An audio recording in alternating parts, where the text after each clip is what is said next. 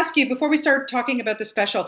You are a rock star, not only with kids but with parents. How important is that to you, Mo? It's not important. I'm not looking to be a rock star or a classical music bassoonist star. Um, it is an honor to be with parents and kids and to have them read my books. That is the greatest possible honor because that is a pretty intimate time, you know. And to hear that a child has read his or her their first book all by themselves and that book is one of mine, that is an honor that I did not expect, and I did not understand how much it would affect me over time.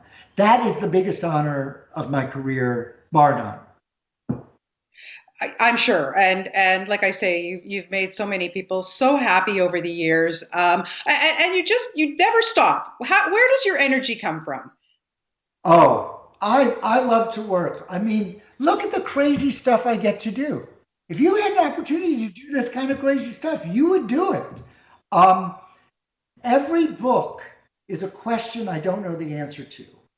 Every special I make is a letter I'm writing to myself. I am on a journey of figuring out how to be the most me that I can. And I get to ask you guys to come along. I mean, what a joy. Yeah. Well, it's a joy for us too. Trust me. I love your stuff, and I'm not a kid anymore, but I am a kid at heart. So thank you for that. I want to ask you about this special. This was obviously shot at the Kennedy Center pre-pandemic. What was it like for you to, be on that stage, have that audience, everybody, hanging on to your last word, and just having so much fun? Tell us a little bit about it.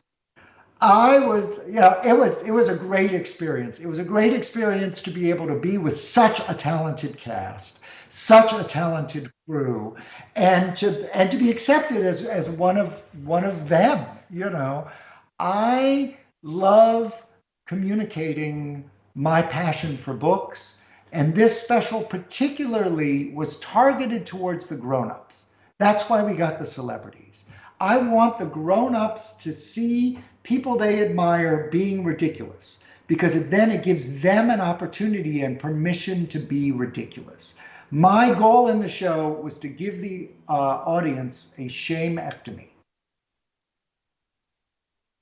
Yeah, absolutely. And yeah, I was going to say something like that because being silly is a serious business. How Yes. important is being silly to you? It's essential, and I think particularly in these times, to be able to find joy and to be able to communicate. Look, all creativity, writing, drawing, storytelling, is not just you expressing yourself; it's you discovering yourself. So I'm more interested in what happens after the special. So you watch a special, it's great, but if after the special you're drawing with your kid, or maybe you're performing with your kid, or maybe you write your own story with your kid, then I have succeeded.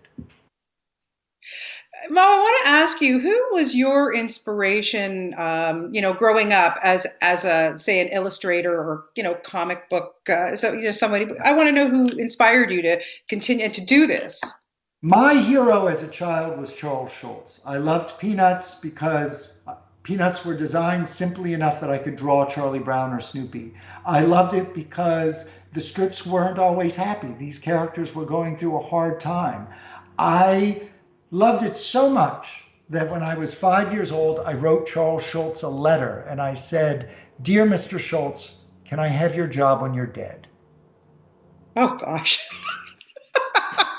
Oh, my God. Now, did you get any reaction from his No, team or from him? no, you know what happened? The terribleness of the story, the very Charlie Browniness of it is, the letter was never sent.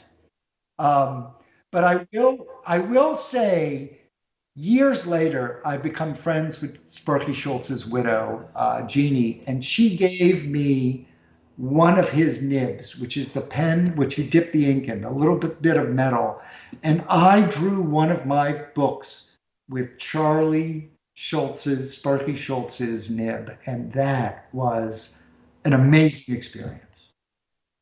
Oh my goodness, you just gave me goosebumps. That is amazing. Like, oh wow. So Mo, what kind of fan letters do you get from kids, from parents? Like, is anything that stood out for you? They are asking if they can have my job when I'm dead. Well, there you go. It's full circle. It really Exactly. is. I quickly I just want to ask you how uh, the director of this special is Bobcat Goldthwait, which I think is fantastic. How did that come to be? Bobcat is obviously a crazy and wonderful comedian, but he's also been a director for comedy specials for many, many years. He was a director on Kimmel Live. He's done a lot of concerts, Patton Oswalt, that sort of thing. I knew that he got that this was not a kiddie baby show, that this was a serious comedy show that we needed to tape and make beautiful. And he had a great team. And one of the great things about this film is when we were shooting it, we didn't know who the star was. Was it the celebrities? Was it me? Was it the books? No, it's the kids in the audience. It's their reaction. I mean, that's where the magic is. And so Bobcat was really able to also make it convivial. He's been in comedy so long, he knows who's nice and who isn't. And our cast was very Yeah, nice. yeah, great cast. Well, look, thank you so much for everything. This is a wonderful special. I can't wait for everybody to see it. And just what a privilege for me to talk to you this morning. Thank you so much for your time. Sure, my pleasure. Be well.